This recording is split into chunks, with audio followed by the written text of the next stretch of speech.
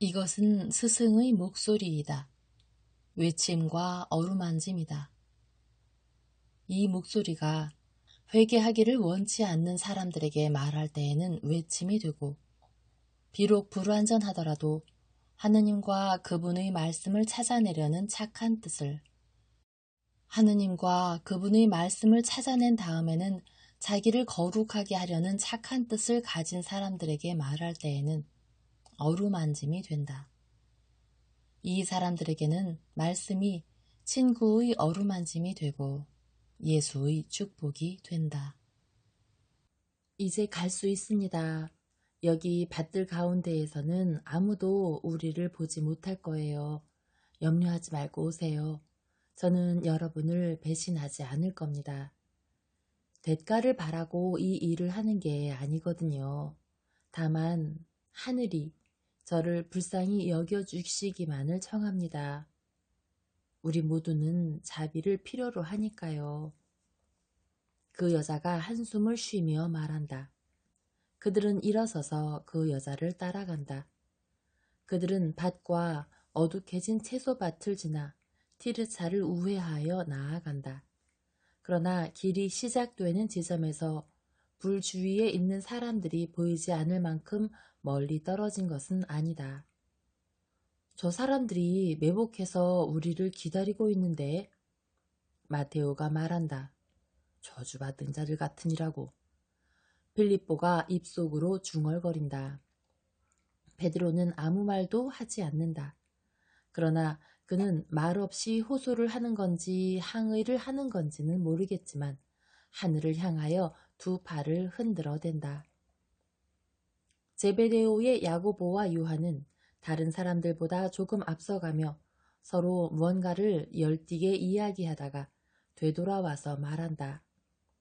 선생님, 만일 선생님의 완전한 사랑으로 인하여 선생님께서는 벌 주기를 원치 않으신다면 저희가 대신할까요? 저희가 이 죄인들 위에 내려와 그들을 삼켜버리라고 하늘의 불에게 말할까요? 선생님께서는 저희가 믿음을 가지고 청하는 모든 것을 할 수 있다고 말씀하셨지요. 그리고 예수께서는 마치 피곤에 지치신 것처럼 머리를 숙이신 채 걷고 계시다가 갑자기 몸을 꼿꼿이 세우시며 달빛에 번쩍이는 눈으로 그들에게 위압적인 시선을 던지신다. 그 두 사람은 그분의 시선에 움찔하여 뒤로 물러서며 침묵한다. 예수께서는 그들을 뚫어지게 바라보시며 말씀하신다. 너희는 너희 자신 안에 어떤 영들이 있는지를 알지 못하는구나. 사람의 아들은 영혼들을 잃으려고 오지 않고 그들을 구원하려고 왔다. 너희는 내가 너희에게 말했던 것을 기억하지 못하느냐? 밀과 가라지의 비유에서 나는 말했다. 지금 당장은 밀과 가라지를 함께 자라도록 놔두어라. 왜냐하면 만일 너희가 지금 그것들을 갈라놓으려 한다면 너희는 가라지와 함께 밀까지 뽑아버릴 수 있기 때문이다. 그러니 추수 때까지 그것들을 내버려 두어라. 추수 때에 나는 추수하는 사람들에게 이제는 가라지를 주어 그것들을 다발로 묶어 불태우고 좋은 밀은 내 곡식 창고에 모아들이라고 말할 것이다. 예수께서는 그분을 지극히 사랑한 나머지 분노가 폭발하게 되어 디르차 사람들을 벌하기를 청했다가 지금은 그분 앞에서 고개를 숙이고 있는 그 두 사람에 대한 분노를 이미 가라앉히셨다. 그분께서는 그들의 팔꿈치를 한 사람은 그분의 오른쪽에 다른 한 사람은 왼쪽에 끼고 걸으신다. 그리고 그분께서는 그렇게 그들을 데리고 다시 길을 걷기 시작하시며 그분이 걸음을 멈추셨을 때 그분의 주위로 바싹 다가왔던 모든 사람에게 말씀하신다. 내가 진실로 너희에게 말하는데 추수할 때가 임박했다. 나의 첫 추수이다. 많은 사람들에게 두 번째 추수는 없을 것이다. 그러나 내 때에 좋은 미래 이삭들이 될 수 없었던 사람들 중 일부는 파스카의 희생과 정화 후에 새로운 영혼으로 다시 태어날 것이다. 이것으로 인하여 지극히 높으신 분을 찬미하자. 그날까지 나는 누구에게도 자비를 거두지 않을 것이다. 그 다음에는 정의가 있을 것이다. 파스카 후입니까? 베드로가 묻는다. 그렇다. 파스카 이후이다. 나는 현재의 이 사람들에 대하여 말하는 것이 아니다. 미래의 시대들을 보는 것이다. 사람은 밭의 곡식처럼 끊임없이 새로 난다. 그리고 수확은 계속 이어진다. 나는 미래 세대들이 좋은 밀이 되는데 필요한 것을 남겨놓겠다. 만일 그들이 좋은 나달이 되기를 원치 않는다면 세상의 끝에 내 천사들이 가라지를 좋은 밀로부터 갈라놓을 것이다. 그때는 하느님만의 영원한 날일 것이다. 현재의 세상에서 오늘은 하느님과 사탄의 날이다. 하느님께서는 선의 씨를 뿌리시고 사탄은 하느님의 씨들 사이에 그의 저주받은 가라지, 그의 추문들, 그의 악과 추문을 일으키는 그의 씨앗을 뿌린다. 왜냐하면 여기서 이 사람들에게 했던 것처럼 하느님을 거슬러 사람들을 부추길 사람들이 항상 있을 것이기 때문이다. 이 사람들은 그들을 악으로 부추기는 사람들보다 죄가 덜한 것이 사실이다. 선생님, 저희는 해마다 누룩 없는 빵의 파스카에 정결례를 행하지만 항상 그대로 변하지를 않습니다. 이번에는 달라지겠습니까? 마테오가 묻는다. 매우 다를 것이다. 왜 그럴까요? 저희에게 설명해 주십시오. 내일 또는 내일 우리가 길을 가고 있을 때, 그리고 시몬의 유다가 우리와 함께 있을 때 너희에게 말해주겠다. 네, 그렇게 해주십시오. 선생님께서 말씀해 주신다면 저희는 더 나아질 겁니다. 그동안 저희를 용서해 주십시오, 예수님. 요한이 말한다. 나는 참으로 걸맞은 이름으로 너희를 불렀다. 천둥은 해를 끼치지 않는다. 그렇다. 벼락은 사람을 죽일 수 있는데 천둥은 그 벼락을 예고해준다. 똑같은 일이 자기들의 영혼에서 사랑을 거스르는 모든 무질서를 없애지 않고 내버려두는 사람들에게 일어난다. 오늘은 그들이 벌 받을 것에 대한 예고를 먼저 받는다. 내일은 그들이 예고 없이 벌을 받을 것이다. 모레는 그들이 아무런 이유 없이도 벌 받을 것이다. 내려가기는 쉽다. 그래서 나는 너희에게 너희 이웃에 대한 모든 냉혹함을 없애버리라고 말하는 것이다. 내가 하는 대로 해라. 그러면 너희는 너희가 결코 잘못된 일을 하지 않는다는 것을 확신하게 될 것이다. 너희는 내가 나를 괴롭히는 사람들에게 복수하는 것을 본 적이 있느냐? 없습니다. 선생님께서는 선생님, 엘리사와 제가 여기 왔습니다. 아유, 선생님, 저희는 선생님에 대해서 얼마나 걱정했는데요. 그리고 저는 제가 죽을까봐 얼마나 무서웠는데요. 가리옷의 유다가 줄지어 서 있는 포도나무들 뒤에서 나와 예수께로 뛰어오며 말한다. 그의 이마에는 붕대가 감겨 있다. 엘리사는 더 침착하게 그를 따라온다. 네가 아팠느냐? 네가 죽을까봐 걱정을 했느냐? 생명이 너에게 그토록 소중하단 말이냐? 예수께서 울며 그분을 껴안고 있는 유다에게서 빠져나오시며 물으신다. 생명이 아닙니다. 저는 하느님이 무서웠습니다. 선생님께 용서받지 못하고 죽는다는 거요. 저는 항상 선생님을 모욕합니다. 저는 모든 사람을 다 모욕합니다. 이 아주머니도요. 그런데도 이분은 저에게 어머니 노릇을 해주셨습니다. 저는 제가 죄인이라고 느꼈고, 그래서 저는 죽음이 무서웠습니다. 유익한 두려움이구나. 그것이 너를 성인으로 만들 수 있다면 얼마나 좋겠느냐. 그러나 나는 항상 너를 용서한다. 네가 기꺼이 뉘우치기만 한다면 말이다. 너도 그것을 알고 있다. 그런데 엘리사 아주머니는 어떠셨습니까? 이 사람을 용서하셨습니까? 이 사람은 다루기 힘든 큰 아이입니다. 그리고 저는 관대할 줄 압니다.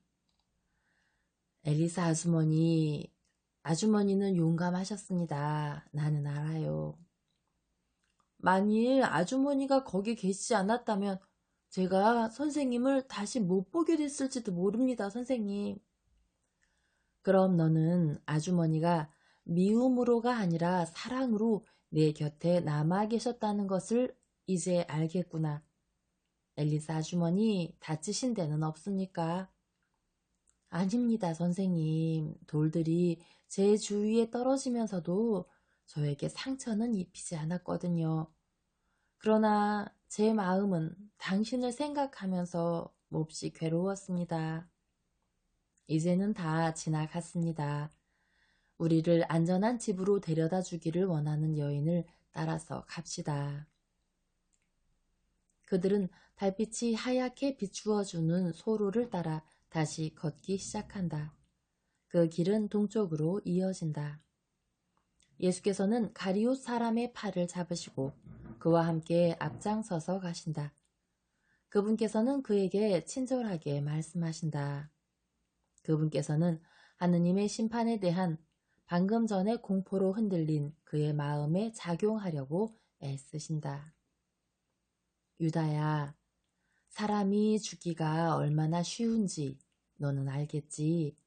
죽음은 항상 우리 주위에서 망을 보고 있다.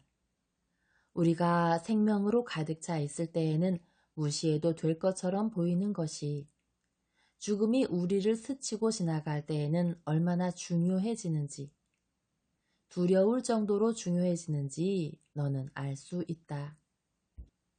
그러나 우리가 거룩한 생활로 임박한 하느님의 심판에 대한 공포를 무시할 수 있을 때, 왜 우리가 그런 공포를 가지기를 바라고, 왜 그런 공포를 만들어내서 죽음의 순간에 그런 공포를 만나야겠느냐. 너는 평화로운 죽음을 맞이하기 위하여 의로운 삶을 살 가치가 있다고 생각하지 않느냐. 내 친구 유다야, 하느님의 아버지다우신 자비가 그것이 네 마음의 호소가 될 수 있도록 그 사건이 일어나도록 허락하셨다. 유다야, 아직도 너는 늦지 않았다. 너는 왜 곧 죽게 될 네 선생에게 네가 선으로 돌아온 것을 아는 아주 큰 기쁨을 주기를 원하지 않느냐. 그런데요, 예수님, 당신은 여전히 저를 용서하실 수가 있습니까? 만일 내가 너를 용서할 수 없다면 내가 너에게 이렇게 말하겠느냐. 너는 아직도 나를 정말 알지 못하는구나. 나는 너를 안다. 나는 네가 거대한 문어에게 붙잡힌 사람 같다는 것을 안다. 그러나 만일 네가 원한다면 너는 아직도 너 자신을 해방할 수 있을 것이다. 아, 너는 틀림없이 고통당할 것이다. 너를 고통스럽게 하고 중독되게 하는 그 사슬에서 벗어나는 것은 고통스러운 일이다. 그러나 유다야, 그 후에는 얼마나 큰 기쁨이 있겠느냐. 너는 너에게 영향을 주는 사람들에게 저항하는데 충분한 힘이 없을까봐 염려하느냐? 나는 파스카 의식을 지키지 않는 죄에 대하여 미리 너를 사해 줄 수 있다. 너는 병들어 있다. 병자들에게는 파스카가 의무적인 것이 아니다. 아무도 너보다 더 병이 들어 있지는 않다. 너는 나병 환자와도 같다. 나병 환자들은 자기들이 나병을 가지고 있는 동안엔 예루살렘으로 올라가지 않는다. 유다야, 너는 네 영혼과 같은 더러운 영혼을 가지고 주님 앞에 나타나는 것은 그분을 공경하는 것이 아니라 모욕하는 것임을 깨달아야 한다. 먼저 이것이 필요하다. 그러면 당신께서는 왜 저를 깨끗하게 해주고 고쳐주질 않으십니까? 유다가 묻는다.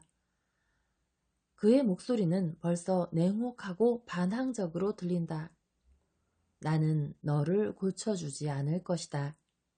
누군가가 병들어 있다면 그가 어린이이거나 의지력이 없는 바보가 아닌 한 그는 자기 스스로 병을 고치려고 애쓴다.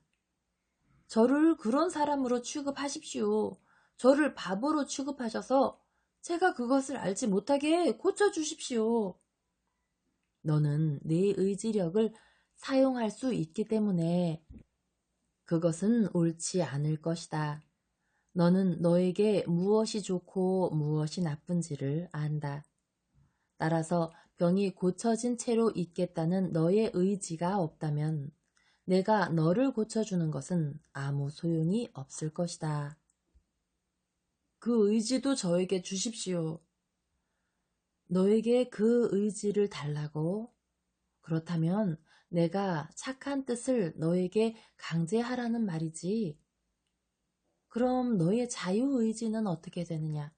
그건 어떻게 되겠느냐?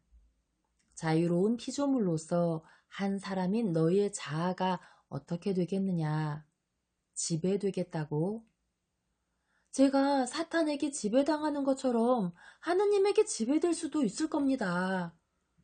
유다야, 너는 참으로 나에게 상처를 입히는구나. 너는 내 마음을 꿰뚫어 놓는다. 그러나 나는 네가 나에게 행하는 것을 용서해 준다. 너는 네가 사탄에게 지배되고 있다고 말했다. 내 말은 그렇게 무서운 것을 의미하지는 않았다. 하지만 만일 당신께서 사람의 마음을 읽을 수 있다면 당신께서는 그게 사실이라는 것을 아실 거니까, 그리고 그걸 아실 거니까 그렇게 생각하고 계셨을 겁니다. 그렇다면 당신께서는 제가 더 이상 제가 원하는 것을 자유롭게 할 수 없다는 걸 아십니다. 사탄이 저를 붙잡았습니다. 그리고 아니다. 그는 너에게 다가와 유혹하고 시험했는데 네가 그를 받아들인 거다. 처음에 사탄이 모종의 유혹에 대한 동의를 하지 않는다면 마귀 들림은 없다. 뱀은 마음들을 지키기 위하여 촘촘하게 쳐놓은 창살들 사이로 그놈의 대가리를 집어넣어 보지만 사람이 그놈의 마음을 유혹하는 모습을 감상하고 그놈의 말을 귀담아 듣고 그놈을 따르기 위하여 통로를 넓혀주지 않는다면 그놈은 들어오지 못할 것이다. 그때에야 비로소 사람은 완전히 지배되고 마귀 들리게 되지만 그 이유는 그가 그것을 원하기 때문이다. 하느님께서도 그분의 아버지다운 사랑에 지극히 다정한 빛살들을 하늘들에서 쏘아내려 보내시어 그분의 빛이 우리를 관통한다. 아니, 이렇게 말하는 편이 더 낫다. 모든 것을 하실 수 있는 하느님께서는 사람들의 마음 안으로 내려오신다. 그것은 그분의 권리이다. 그런데 사람이 그 끔찍한 자에게 지배받는 노예가 되는 방법을 안다면 그는 왜 하느님의 종, 아니 하느님의 아들이 될 줄은 알지 못하겠느냐? 그리고 그는 왜 자기의 지극히 거룩하신 아버지를 쫓아내느냐? 네가 왜 사탄을 원했고 그를 하느님보다 선호했는지 너는 나에게 말하지 않겠느냐? 하지만 너는 너 자신을 구원하기 위한 시간을 가지고 있다. 너는 내가 죽으러 가고 있다는 것을 안다. 아무도 네가 아는 만큼 그것을 알지는 못한다. 나는 죽는 것을 거부하지 않는다. 나는 가고 있다. 내 죽음이 많은 사람들에게 생명이 될 것이기 때문에 나는 죽음을 향하여 가고 있다. 너는 왜 그들 중 한 사람이 되기를 원치 않느냐? 나의 친구, 내 가엾은 병든 친구야. 내가 너를 위해서만은 헛되이 죽어야 하느냐?